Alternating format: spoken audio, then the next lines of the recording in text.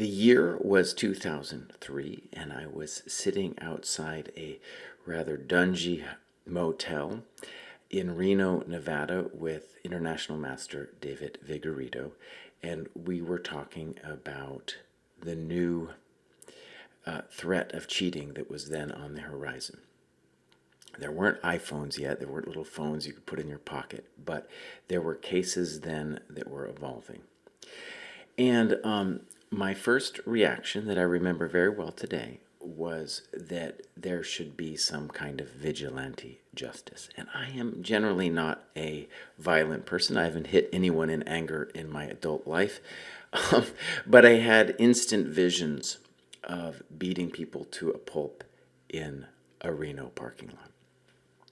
Now, in hindsight, it's completely absurd because my job of beating people to a pulp would never be done.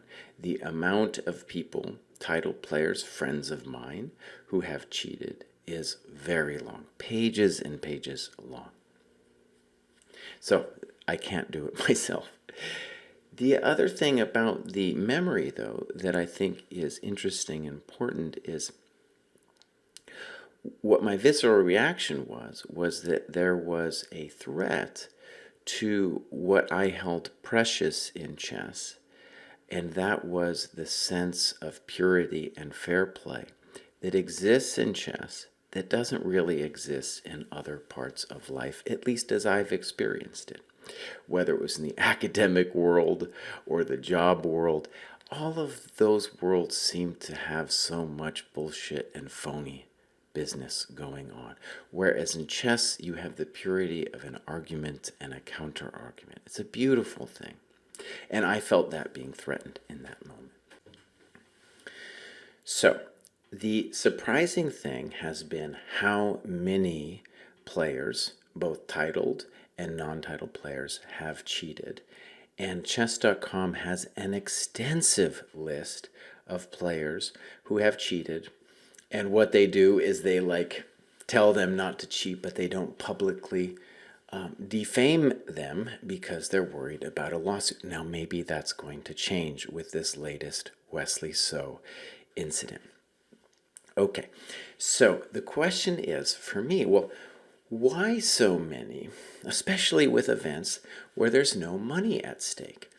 And I've been thinking about it a little bit, and I want to just share a couple thoughts.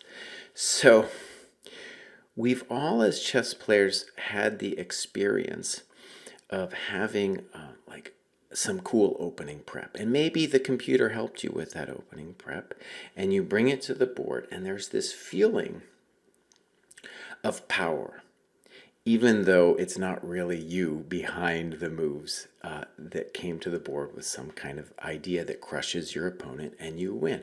It actually happens fairly rarely, but especially when you see it in people who study the opening all the time, they are addicted to that feeling. And at heart, it feels kind of like an insecurity thing because they're using these other external sources, ideas, bringing them to the board. And it's, of course, a very legal thing to do opening prep.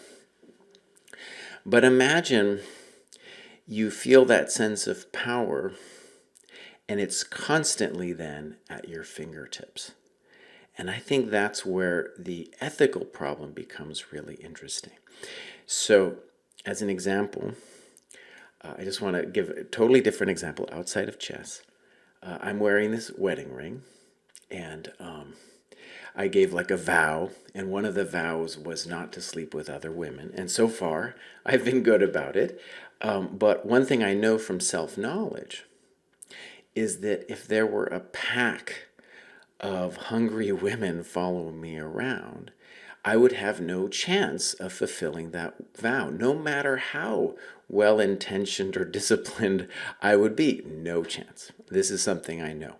And I think for the cheaters, that is basically the feeling that they have sitting at their board. They might understand that what they are doing is wrong, but it is simply too easy for them to click.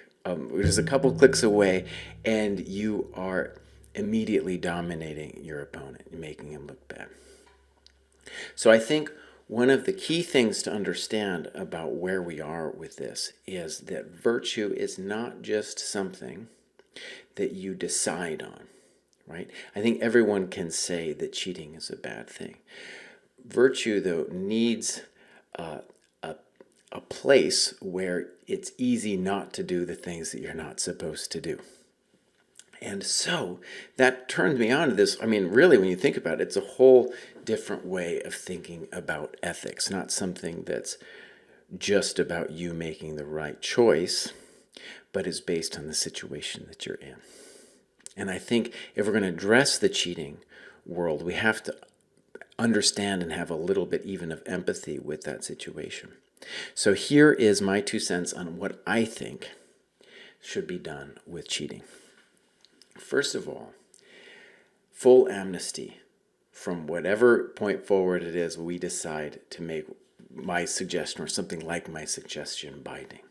Because those people, there's too many of them, and chess.com can't even deal with them as well as all the other sites. There's just too many of those players out there who have committed sins.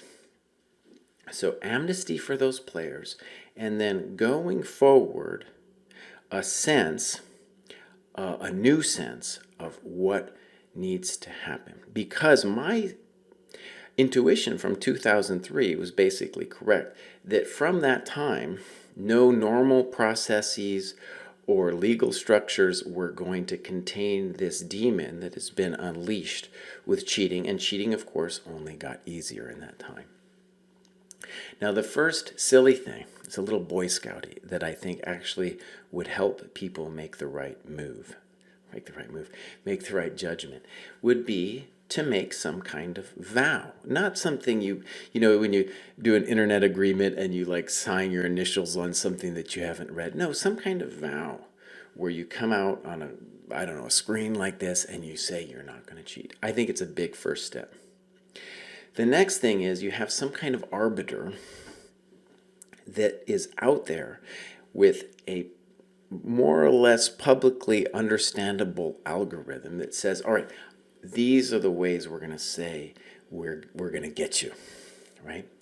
And once we have that arbiter, maybe it's chess.com, maybe it's some other entity, and that will be its own interesting political process, how that gets decided. But once we have that arbiter and some kind of pledge, we can say things like, well, if you cheat, you're banned for a draconian period, say 5 years, and maybe you lose your titles as well.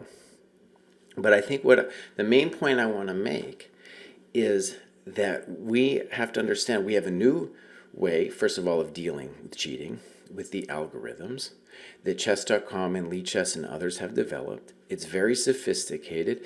It needs to be tested not only on a, let's say, numerical basis, but also on a legal basis. But it is there. And that's going to be the main force of judgment going forward. Even more important, I think, than installing cams in people's rooms, which is helpful. But honestly, you guys don't know how dirty my room is behind me right now, as an example, right? Once that's decided and we give amnesty, I think it's really important to give amnesty because that means there's a fresh start going forward. We can evolve a culture where we can have online chess where people do not feel paranoid, where there's a feeling of the old feeling of purity, of like, I'm just playing a game of ideas against somebody else. It's a beautiful world. And honestly, the online chess is very democratic. To travel to tournaments takes money. It costs the organizers money. It's so much easier to do things online. So whether we do online chess or over the board chess, we need to make some kind of new start. And that's my pitch. Thank you.